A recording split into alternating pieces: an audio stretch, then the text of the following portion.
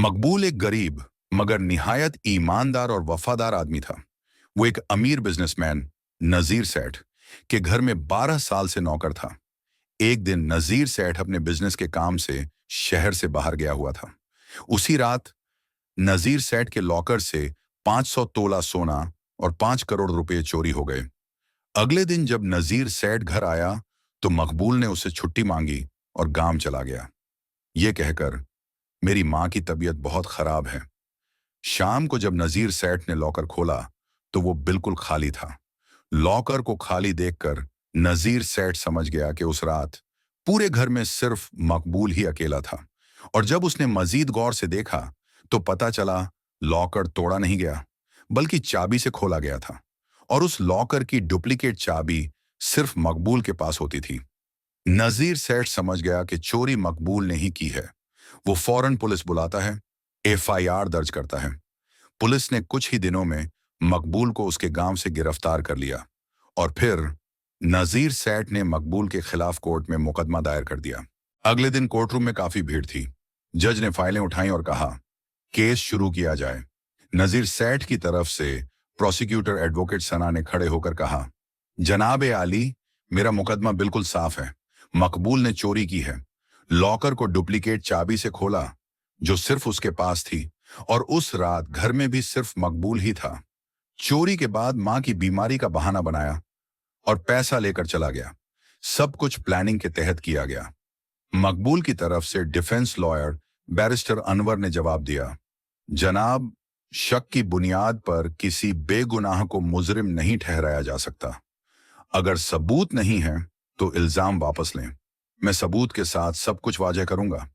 फिर एडवोकेट सना ने अपनी बात साबित करने के लिए रफीक को गवाह के तौर पर बुलाया, जो नजीर सेठ का ड्राइवर था। एडवोकेट सन्ना ने रफीक से पूछा, तुमने उस रात किसी को लॉकर के पास देखा था? रफीक ने कहा, मैंने मकबूल को रात 9 बजे लॉकर के पास देखा। बैरिस्टर अनवर ने क्रॉस एग्जामिनेशन शुरू किया। रफीक साहब, आपके मोबाइल का लोकेशन रिकॉर्ड कहता है कि आप रात 8:30 पर घर से निकल चुके थे, तो 9 बजे तक क्या देखा? सपना? रफीक थोड़ा घबरा गया। बैरिस्टर अनवर ने फिर कहा, कोर्ट को बताइए, अगर आप 30 मिनट पहले जा चुके थे तो मकबूल को लॉकर के पास कैसे देख लिया? रफीक चुप हो गया। जज ने फाइल देखकर कहा, इस गवाही में उलझन है, बयान एक जैसा नहीं है। कोर्ट इसे बेकार समझती है। एडवोकेट सना ने दूसरा गवाह बुलाया, सईद, जो सेठ के घर के बगल में रहता था। सईद, मैंने मकबूल को एक काला बैग ले जाते देखा था। अनवर ने तस्वीर उठाई और पूछा, बैग का ब्रांड, साइज, डिजाइन याद है? सईद, नहीं, बस इतना याद है कि ब्लैक था। अनवर ने कहा, सईद साहब, मकबूल उस वक्त हॉस्पिटल में दानिश को लेकर गया था। ये तस्वीर देखिए, ये उस वक्त की सीसीटीवी फुटेज है। उसके हाथ में कोई बैग नहीं, सिर्फ एक प्रिस्क्रिप्शन थी जब वो हॉस्पिटल से वापस आया। जज, फर्जी गवाही देना कानून की तौहीन है। एडवोकेट सना ने कहा, क्या आपके पास कोई सबूत है जो मकबूल की बेगुनाही दिखाए? तभी बैरिस्टर अनवर ने मकबूल को गवाही के लिए बुलाया। बैरिस्टर अनवर, मकबूल, उस रात क्या हुआ था? सारी सच्चाई कोर्ट को बताओ। मकबूल, जनाब ए आली, उस रात सेठ साहब शहर से बाहर गए हुए थे। मैं अपने कमरे में आराम कर रहा था। रात को लगभग 8:30 पर दानिश बाबा का फोन आया। उन्होंने कहा, मकबूल, जरा मेरे कमरे में आओ। जब मैं गया तो उनकी तबीयत खराब लग रही थी। वो चक्कर खा रहे थे। मैं उन्हें फौरन हॉस्पिटल ले गया, शीफा हॉस्पिटल के इमरजेंसी वार्ड में। नर्स ने उनका इलाज शुरू किया।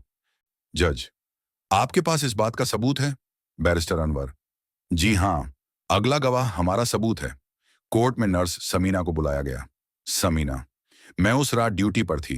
रात 8:45 पर मकबूल एक जवान लड़के को इमरजेंसी में लाया। उस लड़के का नाम दानिश था। वो चक्कर खा रहा था और ब्लड प्रेशर बहुत लो था। रजिस्टर में मकबूल के साइन भी हैं। दानिश को इमरजेंसी बेड दिया गया। जज, प्रोसिक्यूशन, क्या यह सबूत आपकी फाइल में था? एडवोकेट सना, नहीं, हमें यह बात देर से पता चली। बैरिस्टर अनवर, जनाब ए आली, अब मैं फॉरेंसिक लैब की रिपोर्ट पेश करता हूं। लॉकर के हैंडल और अंदर किसी भी जगह मकबूल के निशान नहीं मिले, बल्कि जो निशान मिले वो दानिश नजीर के थे, जो सेठ नजीर का बेटा है। एडवोकेट सना, यह साबित कैसे होता है कि पैसा भी दानिश नहीं लिया? बैरिस्टर अनवर, चोरी के पैसों का एक हिस्सा दुबई के बैंक में ट्रांसफर हुआ। अकाउंट होल्डर दानिश नजीर। कोर्ट रूम में सब लोग दानिश की तरफ देखने लगे। जज ने दानिश को गवाही के लिए बुलाया। एडवोकेट सना, दानिश, क्या ये सब आपने किया? दानिश, मैं घर पर नहीं था। बैरिस्टर अनवर, अगर आप घर पर नहीं थे तो ओटीपी किसने डाला? फोन का स्क्रीनशॉट फॉरेंसिक टीम ने रिकवर किया है। ओटीपी इसी फोन से डाला गया और पैसा ट्रांसफर हुआ। दानिश ने कांपते हुए कहा, हाँ, मैंने ही चोरी की। मैं बिजनेस लॉस में था। मैंने मकबूल को बुलाया, कहा तबीयत खराब है। उसने मुझे हॉस्पिटल ले गया। मैं घर आया, लॉकर से पैसा निकाला, डुप्लीकेट चाबी यूज की। मुझे पता था सब मकबूल पर शक करेंगे। जज, दानिश को चोरी, बेगुनाह पर झूठा इल्जाम लगाने, सबूत मिटाने के जुर्म में 10 साल कैद दी जाती है। मकबूल को इज्जत के साथ रिहा किया जाता है। मकबूल की आंखों में आंसू थे, लेकिन इस बार उन आंसुओं में सिर्फ सुकून था। कोर्ट के बाहर बैरिस्टर अनवर ने मकबूल के कंधे पर हाथ रखा और कहा, गरीबी इंसान का मुकद्दर हो सकती है, लेकिन किसी बेगुनाह पर झूठ थोपना, यह सिर्फ कमजोर इंसानों का काम होता है।